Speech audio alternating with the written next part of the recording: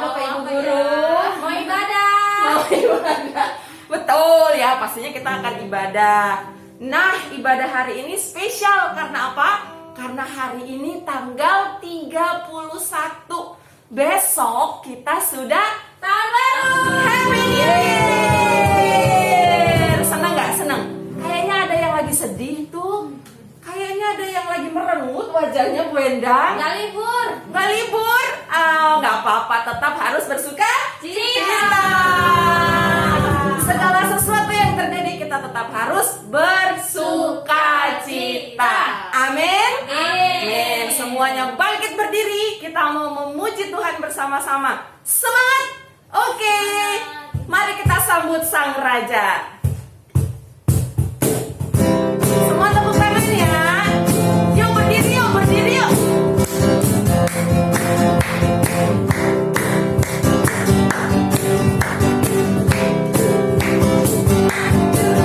Mari kita sambut Sang Raja. Amin. Semua anak-anak mari bersuka cita. Kita puji namanya. Siapa dia? Dia yang maha mulia, Dia yang maha kuasa. Yesus, Yesus, Yesus namanya. Mari kita sambut. Mari kita sambut Sang Raja. Mari kita puji namanya. Dia yang maha mulia, Amin. Dia yang maha kuasa. Yesus, Yesus, Yesus namanya. Semua tangannya di atas. Puji Hosana, puji Hosana, puji Hosana, mulia namanya. Yo, puji Hosana, puji Hosana, puji Hosana, mulia namanya. Sekali lagi ya, dari awal. Mari kita sambut Sang Raja. Mari kita puji namanya. Dia yang maha mulia, Dia yang maha kuasa. Siapa dia? Yesus, Yesus, Yesus namanya. Sama-sama puji Dia. Puji Hosana, puji Hosana, puji Hosana, mulia namanya. Puji Hosana, puji Hosana, puji Hosana, mulia namanya. Sekarang kita dengar anak-anak. Puji Hosana. Tangan. Puji Hosana, mulia namanya. Yes. Sekali lagi. Puji Hosana, puji Hosana, puji Hosana, mulia namanya. Lompat semuanya. Puji Hosana, puji Hosana, puji Hosana, mulia namanya. Sekali lagi. Puji Hosana, puji Hosana, puji Hosana, mulia namanya. Mulia siapa? Mulia namanya. Sekali lagi. Mulia namanya. Beri kemuliaan buat Tuhan Yesus. Woo! Yes, tetap bersuka cita semuanya. Kasih kemuliaan buat Tuhan Yesus. Kita percaya Tuhan Yesus adalah terang dunia. Kita mau Amin. angkat pujian ini, Yesus terang dunia. Yuk, semuanya masih berdiri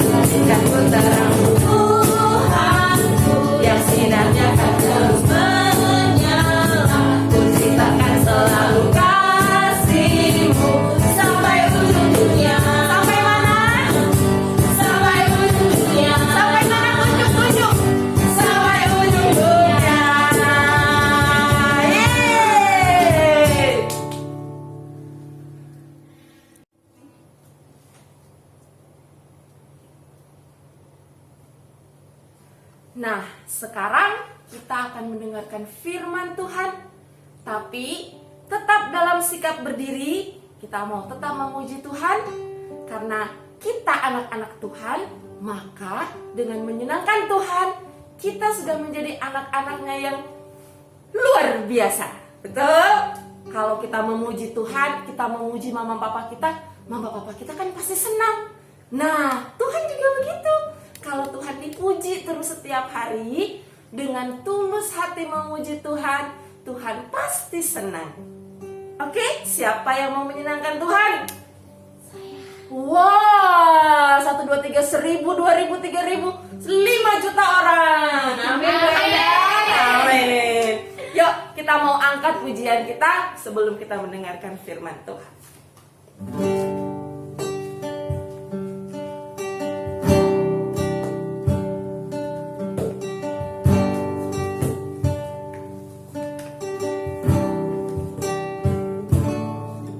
Waktu kecil kita merindukan Natal, hadiah yang indah dan menawan. Namun tak menyadari seorang bayilah lahir, bawa keselamatan manusia.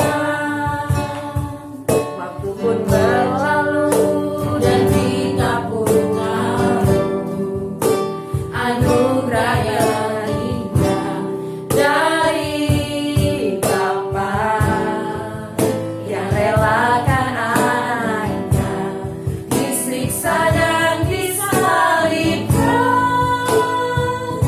di bukit Kalvari karena kasih.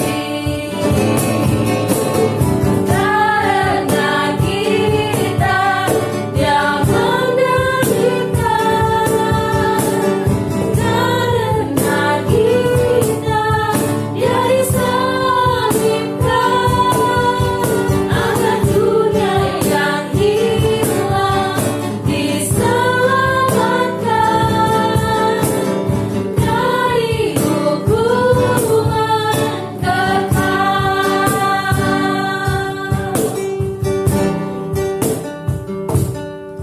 Waktu pun berlalu dan kita pun tahu anugerah terindah dari Bapa yang relakan anaknya disiksa dan disalibkan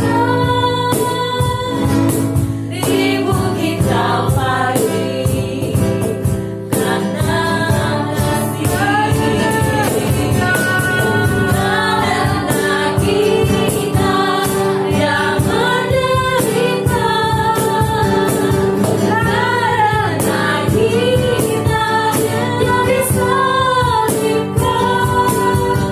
agar dunia yang hilang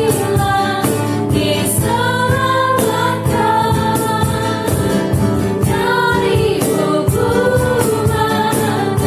Karena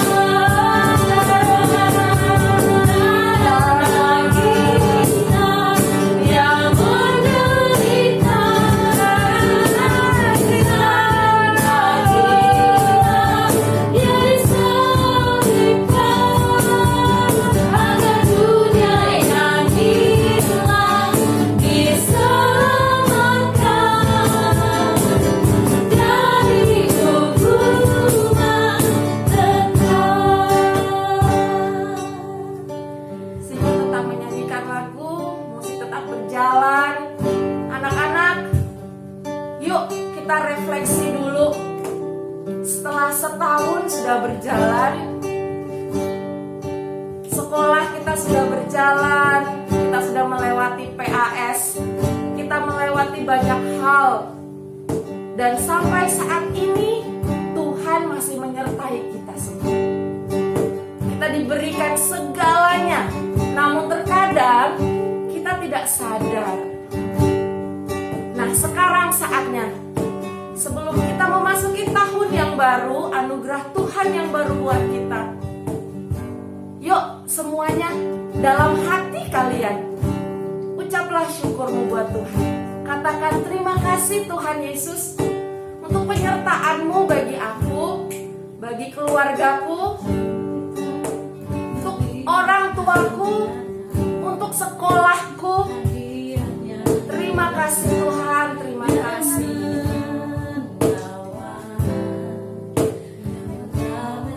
Katakan doa-doamu. Mungkin saat ini kamu bersama dengan mama papa sedang menyaksikan, sedang beribadah. Kalian boleh berdoa sama mama, sama papa, sama kakak, sama adik. Bergandengan tangan, berdoa. Tuhan, terima kasih. Terima kasih Tuhan. Angkatlah syukurmu buat Tuhan karena Dia begitu baik dalam kehidupan kita. Amin, Tuhan, amin. Tuhan, dengarkanlah setiap doa-doa kami, Tuhan. Dengarlah setiap ungkapan syukur kami, Tuhan. Biarlah belas kasihan-Mu turun atas kami, atas setiap anak-anak, setiap keluarga yang mengikuti ibadah ini, Tuhan. Ya Yesus, terima kasih, terima kasih. Kami sungguh bersyukur memiliki Allah yang luar biasa, Allah yang dahsyat di dalam kehidupan kami. Begitu banyak mujizat yang kami alami, namun terkadang kami tidak menyadarinya. Ampuni kami Tuhan, ampuni. Katakan semuanya. Karena kita yang menderita, karena kita yang disalibkan, terima kasih diselamatkan dari hukuman kekal. Katakan sekali lagi dengan hati kita.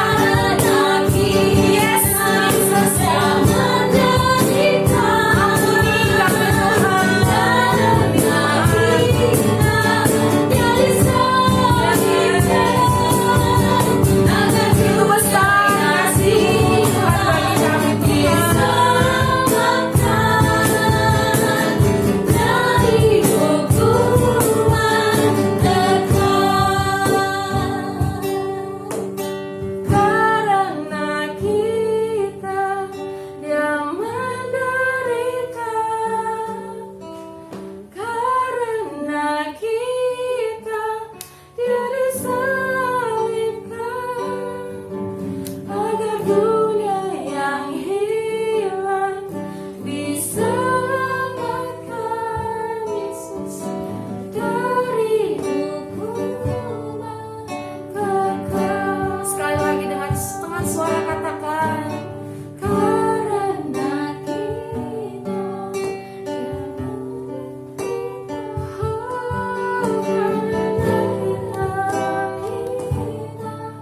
Dia disalibkan, agar dunia yang hilang diselamatkan dari hukuman kekal.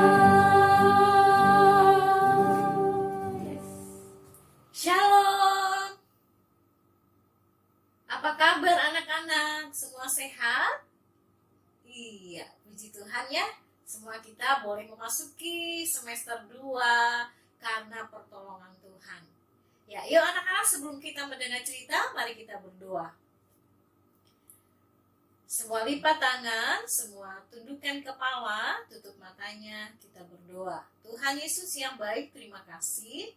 Kami hari ini kembali bersyukur Tuhan memberikan waktu dan kesempatan bagi kami untuk belajar kembali di semester 2. Dan kami sebelum lagi belajar, kami mau mendengar cerita tentang Tuhan Yesus. Tuhan berkati jam pemberitaan firman Tuhan hari ini. Dalam nama Tuhan Yesus kami berdoa dan kami bersyukur. Amin. Anak-anak, Natal mengingatkan kita mengenai kelahiran Tuhan Yesus ke dalam dunia. Setiap Natal pasti kita sibuk, ya, sibuk menyiapkan baju baru, baju bagus, dekorasi Natal, ya kan? Dekorasi yang cantik, yang keren. Terus pasti kita juga mau menyiapkan kue-kue Natal yang enak tentunya. Makanan yang enak dan yang lain-lain. Nah, anak-anak, hari ini kita mau mendengar mengenai sukacita Natal. Loh, kok Ibu Norma masih cerita mengenai Natal? Nah, anak-anak, sukacita Natal belum berakhir, ya. Karena sukacita itu harus dirasakan semua orang, ya. Ibu Norma, anak-anak, orang tua kita, saudara kita, dan tentu orang lain, ya. Oke, kita baca dulu firman Tuhan ya dari Lukas pasal 2 ayatnya yang ke-11 sampai dengan ayatnya yang ke-12. Anak-anak ikut Ibu Norma baca ya. Hari ini telah lahir bagimu juru selamat, yaitu Kristus Tuhan di kota Daud. Dan inilah tandanya bagimu. Kamu akan menjumpai seorang bayi dibungkus dengan lampin dan terbaring di dalam palungan. Anak-anak, kalau kita tadi membaca mengenai berita sukacita itu, kira-kira anak-anak pernah mendengar nggak? Berita itu disampaikan kepada siapa? Ya, betul. Kabar itu disampaikan kepada gembala-gembala. Siapa mereka? Siapa gembala-gembala itu? Kenapa mereka yang mendapatkan kabar sukacita dari sorga bahwa Kristus telah lahir, Sang Juru Selamat telah lahir? Ya, para gembala adalah orang-orang yang menjaga domba. Mereka adalah orang-orang upahan, orang-orang yang dibayar. Nah, orang-orang yang tidak diperhitungkan status sosialnya. Para gembala itu, mereka tidak diperhitungkan status sosialnya, artinya begini anak-anak. Mereka itu bukan orang kaya. Mereka bukan orang terpelajar. Ya, di dalam masyarakat, orang-orang seperti para gembala itu tidak dihormati orang-orang lain. Karena apa? Mereka bukan orang yang hebat.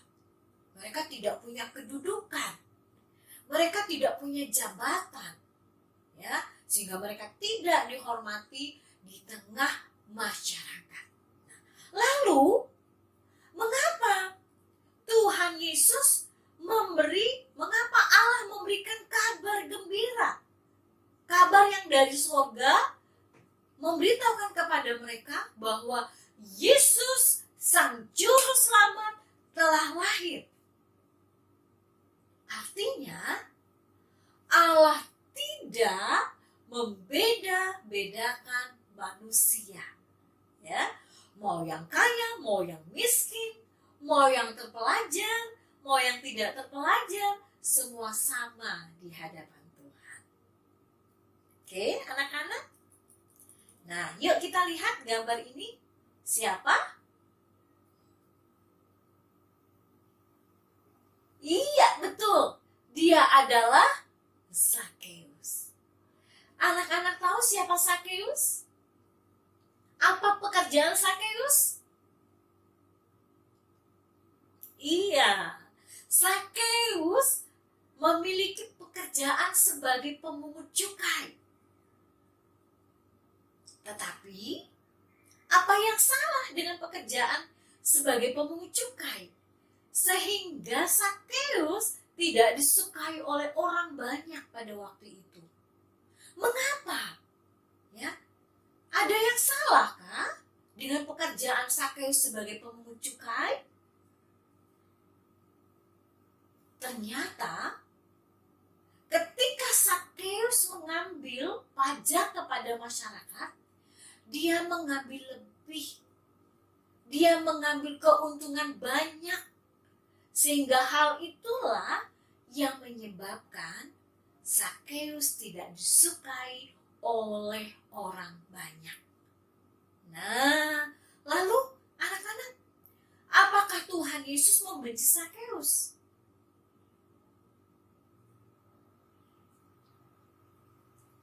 Tidak, betul. Tuhan tidak membenci Sakeus. Apa yang dilakukan oleh Yesus pada waktu itu? Sama seperti para gembala. Orang-orang pada waktu itu boleh tidak menghormati mereka. Ya, karena mereka bukan orang yang hebat. Tetapi mereka lah yang mendapatkan kabar pertama kali, ya, bahwa Kristus, bahwa Yesus sudah lahir. Ya, mereka disuruh datang menyembah kepada Yesus pada waktu itu. Nah, Allah sangat mengasihi orang-orang yang seperti para gembala dan juga Sakeus. Sakeus, meskipun dia orang yang tidak disukai oleh orang lain, tetapi Yesus sangat mengasihi Sakeus. Apa buktinya Yesus sangat mengasihi Sakeus? Mengapa Yesus mengasihi Sakeus? Sedangkan Sakeus itu orang berdosa. Orang banyak tidak suka kepada Sakeus. Ya, Yesus tidak menyukai perbuatan dosa manusia, tetapi manusia disukai oleh Tuhan Yesus. Tuhan tidak menyukai perbuatan dosa, bukan manusianya. Oleh sebab itu hal inilah yang membuat Yesus, ya, sangat mengasihi Sakeus. Anak-anak, ya, mari kita lihat. Ketika Sakeus mendengar berita tentang Tuhan Yesus, ya, dia mengerti betul siapa dia. Dia orang berdosa. Dia harusnya tidak layak didatangi oleh Tuhan Yesus pada waktu itu. Ya, tetapi dia sangat bersuka cita karena Yesus datang dan mau mampir ke rumah Sakeus. Nah, anak-anak, meski Sakeus tidak disukai oleh orang lain karena kesalahannya, karena dia berdosa, Tuhan tidak membenci dia. Ya, oleh sebab itulah Yesus datang ke dalam dunia untuk orang-orang yang seperti Sakeus. Orang-orang berdosa. Oleh sebab itulah Tuhan Yesus datang ke dalam dunia. Anak-anak, Kristus hadir ke dalam dunia bukan untuk orang-orang tertentu. Bukan untuk orang baik saja. Bukan untuk anak-anak yang baik saja. Jadi kalau Tuhan Yesus datang untuk semua orang, berarti sukacita itu juga harus dirasakan oleh semua orang. Semua orang harus merasakan sukacita kelahiran Tuhan Yesus. Ya. Mereka yang bersalah, mereka yang melakukan dosa, mereka harus merasakan sukacita itu. Karena Yesus datang ke dunia untuk orang berdosa. Nah, Sakeus sadar kalau dia berdosa, ya, karena dia sadar dia orang berdosa, sehingga dia membuka hatinya untuk Tuhan Yesus. Sakeus membuka hatinya. Dia menerima Yesus, dia menyambut Yesus masuk ke dalam rumahnya.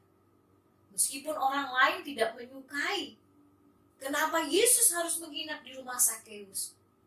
Tapi Sakeus sangat bersuka cita karena Yesus tidak sama seperti orang-orang tadi yang membenci dia. Nah, anak-anak, ketika Sakeus membuka hatinya untuk Tuhan Yesus, apa yang terjadi dengan Sakeus? Apa yang terjadi dengan Sakeus, anak-anak? Ketika dia membuka hatinya untuk Yesus, ya, yang terjadi kepada Sakeus adalah dia mendapatkan sukacita besar. Dia bersukacita karena Tuhan hadir di dalam hati Sakeus. Sehingga hal itu membuat Sakeus menggebu-gebu. Dia semangat. Dia sangat semangat ketika Tuhan Yesus katakan mau mampir ke rumahnya. Dia bersukacita.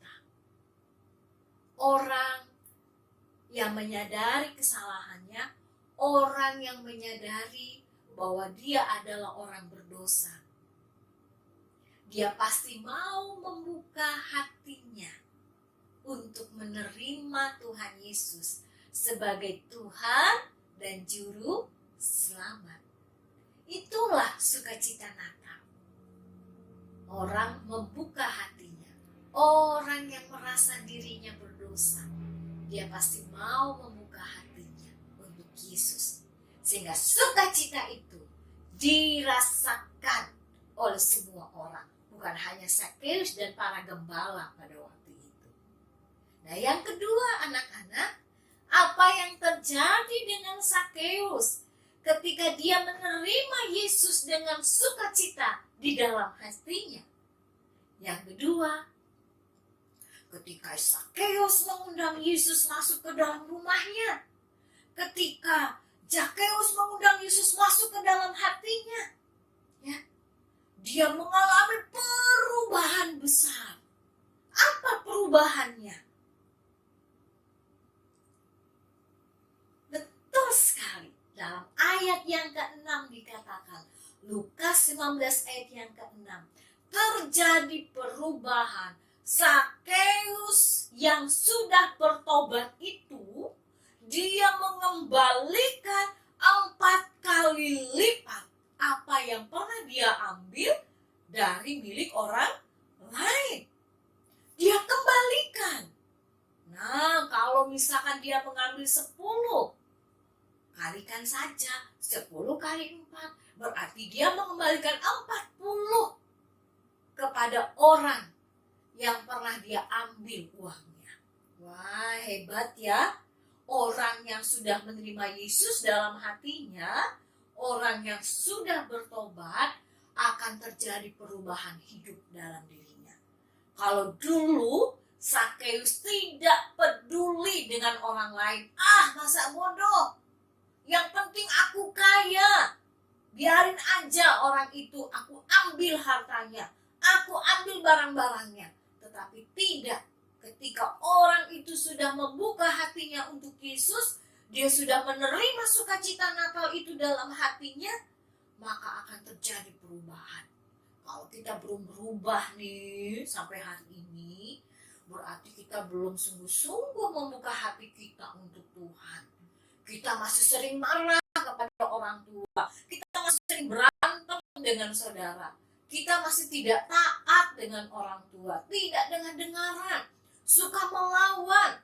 Ketika belajar tidak dengar-dengaran dengan gurunya, tidak taat kepada peraturan di kelas. Ya kan? Ayo, anak-anak yang sudah membuka hatinya untuk Yesus, yang sudah menerima Yesus dalam hatinya, pasti ada perubahan dalam dirinya. Dia akan menjadi anak yang tenang, anak yang sabar. Ketika berbicara, dia berbicara lemah lembut. Dia suka memaafkan, dia patuh, dia dengar-dengaran terhadap guru dan juga orang tuanya. Nah, itulah perubahan. Kalau kita belum mengalami perubahan seperti ini, mari nanti kita minta Tuhan Yesus masuk ke dalam hati kita, ya. Minta Tuhan Yesus ubahkan diri kita. Oke? Yang ketiga, apa yang terjadi kepada Sakeus ketika dia bertobat, ketika dia menerima Yesus dalam hatinya? Yuk kita lihat di dalam Lukas 19 ayatnya yang ke-9. Ketika Sakeus mengundang dan menerima Yesus sebagai Tuhan dan Juru Selamat, dalam dirinya bukan hanya Sakeus yang diselamatkan. Sakeus tidak egois anak-anak, dia tidak mementingkan dirinya. Ketika dia diselamatkan Tuhan Yesus, dia juga mengajak semua keluarganya untuk percaya Yesus. Supaya bukan hanya dia yang diselamatkan, tetapi juga semua keluarganya diselamatkan oleh Tuhan Yesus. Itulah yang terjadi dengan Sakeus, ya. Dia tidak lagi peduli dengan dirinya, tapi dia mempedulikan orang lain. Dia perhatian dengan keluarganya, ya. Dia mengajak keluarganya untuk percaya kepada Yesus. Luar biasa Sakeus, pertobatannya. Dia bertobat, dia menerima sukacita Natal itu dalam dirinya. Sehingga dia juga mengajak keluarganya untuk percaya kepada Yesus. Sudahkah anak-anak di Natal tahun ini kita membawa keluarga kita membawa saudara kita untuk semakin dekat dengan Yesus, untuk percaya kepada Yesus? Atau kita tetap menjadi anak yang selalu dimarah sama orang tua karena tidak ada perubahan dalam diri kita? Kita masih sama seperti dulu, masih suka melawan. Sehingga bagaimana orang tua, saudara-saudara, tetangga, teman-teman mau percaya Tuhan Yesus kalau anak-anak saja tidak berubah? Ya kan? Bagaimana anak-anak bisa bawa keluarganya percaya Tuhan Yesus kalau anak-anak saja bicaranya masih kasar, masih suka melawan, tidak taat aturan, ya kan? Nah, anak-anak yang menerima Yesus dalam dirinya pasti ada perubahan. Ya, ada perubahan. Dia bukan hanya mementingkan dirinya, tapi juga keluarganya. Anak-anak, Yesus mengatakan ketika dia datang ke dalam dunia, dia bukan datang, ya, dia datang mencari orang-orang yang hilang. Artinya dia mencari anak-anak yang tidak taat, anak-anak yang melawan orang tua, anak-anak yang mulai tidak dengar-dengaran, anak-anak yang mulai egois, yang tidak memperhatikan keluarga, malas berdoa, malas baca Alkitab, malas beribadah, malas memaafkan orang lain, ya. Anak-anak yang malas untuk berdoa. Yesus datang ke dalam dunia. Sukacita Natal, ya, itu membuat kita semakin hari semakin bersukacita, bergairah, ya, untuk semakin dekat dengan Tuhan. Untuk itulah Yesus datang ke dunia, untuk anak-anak yang seperti ini. Nah, Yesus datang mencari dan menyelamatkan yang hilang, ya. Dia mencarinya supaya kita yang kehilangan sukacita, kita yang kehilangan damai, kita yang kehilangan memaafkan orang lain, kembali menjadi anak yang memaafkan, anak yang bersukacita, yang memiliki damai, yang memiliki kasih di dalam dirinya. Anak-anak, mari semua kita hari ini kita akan mengakhiri tahun 2021 dan kita akan memasuki tahun semester 2 di tahun ajaran baru di tahun 2022. Ibu Norma mengajak anak-anak semua, hari ini mari kita tundukkan kepala kita. Kita tundukkan kepala kita. Kita berdoa di hadapan Tuhan. Mari kita mengakui kesalahan kita di tahun 2021 yang akan kita perbaiki di tahun 2022. Kita minta Tuhan menolong kita, memampukan kita menjadi anak yang berubah, anak yang mengasihi Tuhan, sehingga kasih itu terlihat oleh semua orang, terlihat oleh keluargamu, terlihat oleh orang tuamu, terlihat oleh teman-temanmu, sehingga mereka juga percaya kepada Tuhan. Mari anak-anak berdoa, minta ampun di hadapan Tuhan, dan buatlah janjimu di hadapan Tuhan dalam doamu.